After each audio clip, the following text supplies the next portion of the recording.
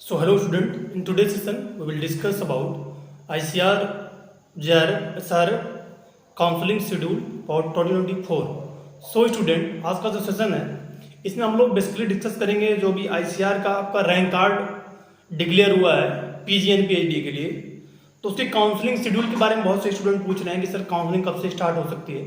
तो अभी अगर आप ऑफिशियल वेबसाइट विजिट करेंगे तो करंट इवेंट में या न्यूज़ में ही देखेंगे रैंक कार्ड के बारे में उन्होंने प्रॉपर मेंशन कर रखा है, और उसी के साथ मेंशन कर रखा है कि जो आपकी काउंसलिंग शेड्यूल है वो सून डिक्लेयर की जाएगी ऑफिशियल वेबसाइट पे।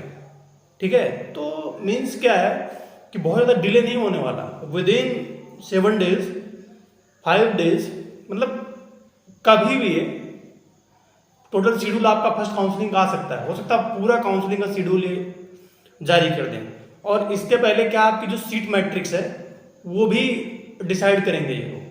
तो इस चीज़ को आपको ध्यान में रखना है, बहुत ज़्यादा पैनिक मत होइए।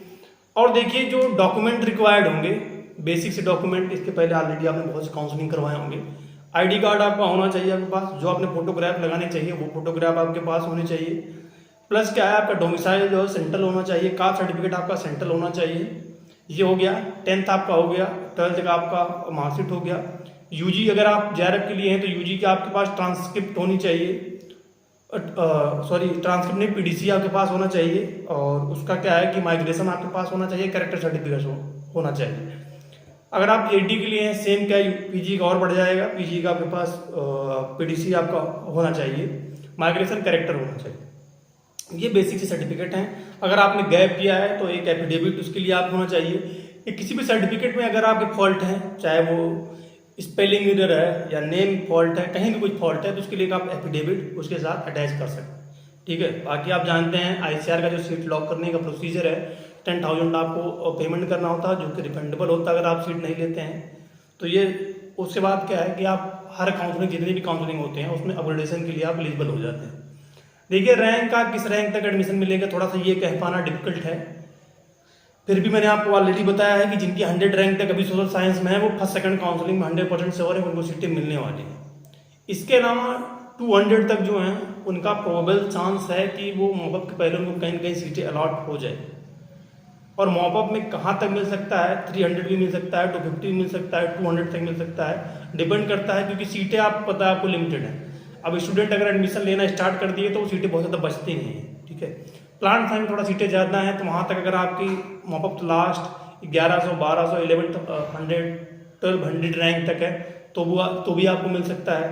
फिजिकल साइंस में आप सेम सोशल साइंस का पैटर्न है, अगर 200 300 तक है तो लास्ट तक आपको मॉपअप तक सीटें मिल जाएंगी।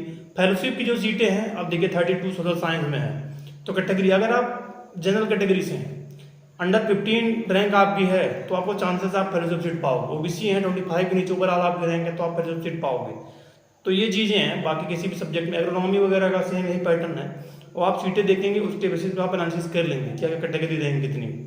सीटें बहुत ज़्यादा अगर मिलती हैं तो उसका मतलब होता है कि आगे वाला जो आपका वो ड्रॉप किया अगर ज़्यादा रैंक तक आपको सीट मिले, तो ये चीज़ हो गई। बाकी वेट करिए, विद इन 7 days आपका ओवरऑल जो शेड्यूल है काउंसलिंग का वो निकल के आ जाएगा।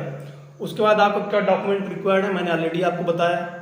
पार्टिसिपेट करने के लिए आपको 500 पेमेंट करना होगा काउंसलिंग में पार्टिसिपेट करने के लिए। उसके बाद आपको क्या है कि अलॉटमेंट आए, अलॉटमेंट के लिए सीट कंफर्मेशन के लिए आपको 10,000 पेमेंट करना होगा। वो 10,000 जो है वो आपका ऐड होता है जब आप जाके जहाँ भी एडमिशन लेते हैं। ठीक है, वो रिफंडेबल होता है। तो ये सब चीज़ें हैं। बाकी अगर कुछ और आपके डाउट होंगे तो कमेंट करके जरूर पूछिएगा। सीट का थोड़ा सा रैंक का अभी ऐसे एग्जैक्ट बता पाना थोड़ा डिफिकल्ट होता है, इतनी आप भी समझ रहे हैं चीज़ों को। ठीक है, लेकिन आपका मैं बता रहा हूँ किसी भी सब्जेक्ट में आप हैं, जैसे जो इधर एग्रीकल्चर वाले हैं, जैसे सोशल साइंस हो गया, आपकी एग्रोनॉमी हो गई, फिजिकल साइंस आपका हो गया, प्लांट साइंस हो गया, हॉर्टिकल्चर, इसमें 200 250 रैंक तक है तो आपको कहीं कहीं सीटें लास्ट तक मिल जाएगी।